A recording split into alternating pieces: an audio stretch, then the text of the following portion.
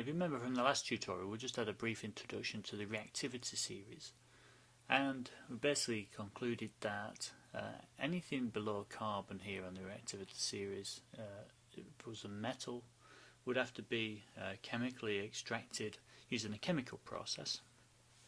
So for example, if we have iron oxide here that exists in its mineral form, if you will, as iron oxide, then the best way to extract the metal, iron, from that would be to use some carbon source, and we'll have a look at that in a second. And we also looked at briefly that the more reactive metals need some electrolysis source, so we can't really use a chemical processing involving carbon because they're all more reactive than carbon, so they won't displace, carbon won't displace, for example, magnesium oxide or something like that. Okay, so we're going to have a quick look at a few examples and see whether this holds true. And I'll try and scale this down a little bit as well. Just group that up, because we might use that now and again. So that's a reactivity series there. Okay, so there's iron oxide. We don't need to have the picture anymore, and we know we're at different forms.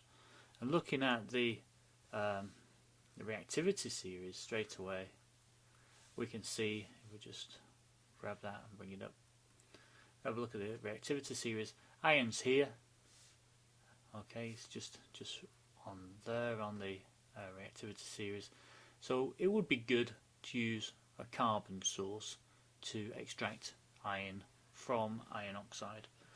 And the way that is actually done, if I just change my pen colour here, is we use carbon monoxide. So you use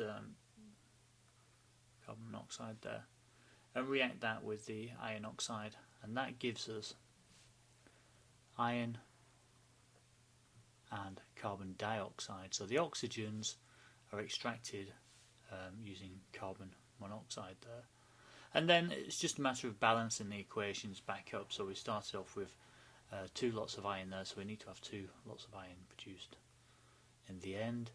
And then how many oxygens we got on the side? We've got 2 here, we've got 1, 2, 3, 4 there.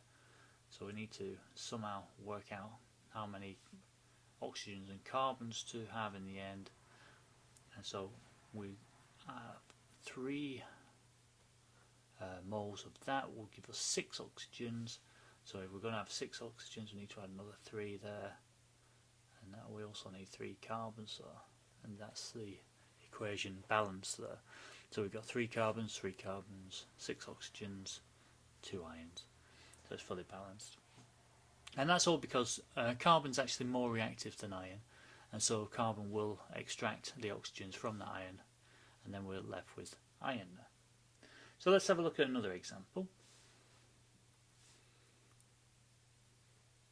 using this chemical process. For example, if we had a zinc nail or something like that.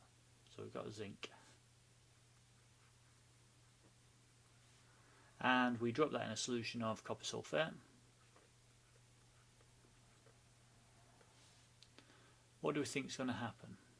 Well, before we answer that question, let's do another example.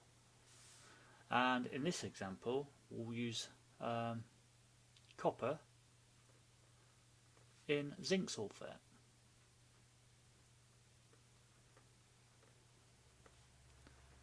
And what's going to happen there? Well, let's have a look at the reactivity series, because that could tell us straight away, really. We need to, if anything's going to happen, if anything's going to replace another element, then it has to be more reactive, basically.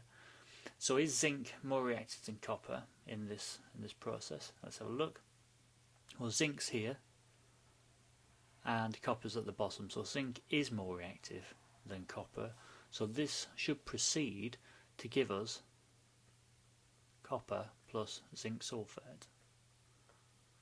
Okay? So zinc reacts with this to form the sulfate salt, and out will pop copper. Now we did it the other way around. We added copper to zinc sulfate solution. Well, we've got zinc sulfate there, so it's basically this in reverse. what would happen? Well, we dropped in a copper coin into zinc sulfate. Because copper is less reactive than zinc, nothing would happen. You just have a nice copper coin at the bottom, and that'd be it. So just by looking at this reactivity series, we can tell which reaction is going to proceed. Another example from that, using iron. Let's move this down a little bit. Another example would be, we took copper sulfate for example, and iron. So let's have a look at iron. Oops, I don't want that colour, do I? Let's get blue. So this time we're going to use iron plus copper sulfate.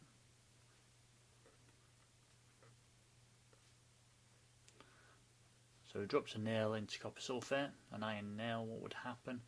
Well, iron is more reactive than copper, so this should proceed according to this. This one's more reactive, so it should react with this. So that should give us copper crashing out plus iron to sulfate. Okay, so that's really interesting, because most chemistry kits that you get as children should have some copper sulfate in there, I would have thought, for making copper sulfate crystals. So this is a very easy experiment to try out. You know, you can just drop a coin into, a nail or something into copper sulfate solution and see what happens, and then you should see some copper crashing out. So that's a brief introduction to extraction using carbon. So all these have used the reactivity series, and we've also looked briefly at extraction using metal salts as well. This is not the best or most economical way of making copper, for example, because you're reacting it with another metal, so it's not very economical at all.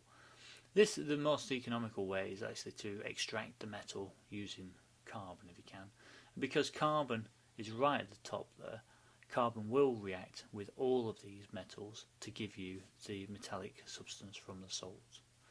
So that's an introduction to extraction of metals using carbon. So bye for now.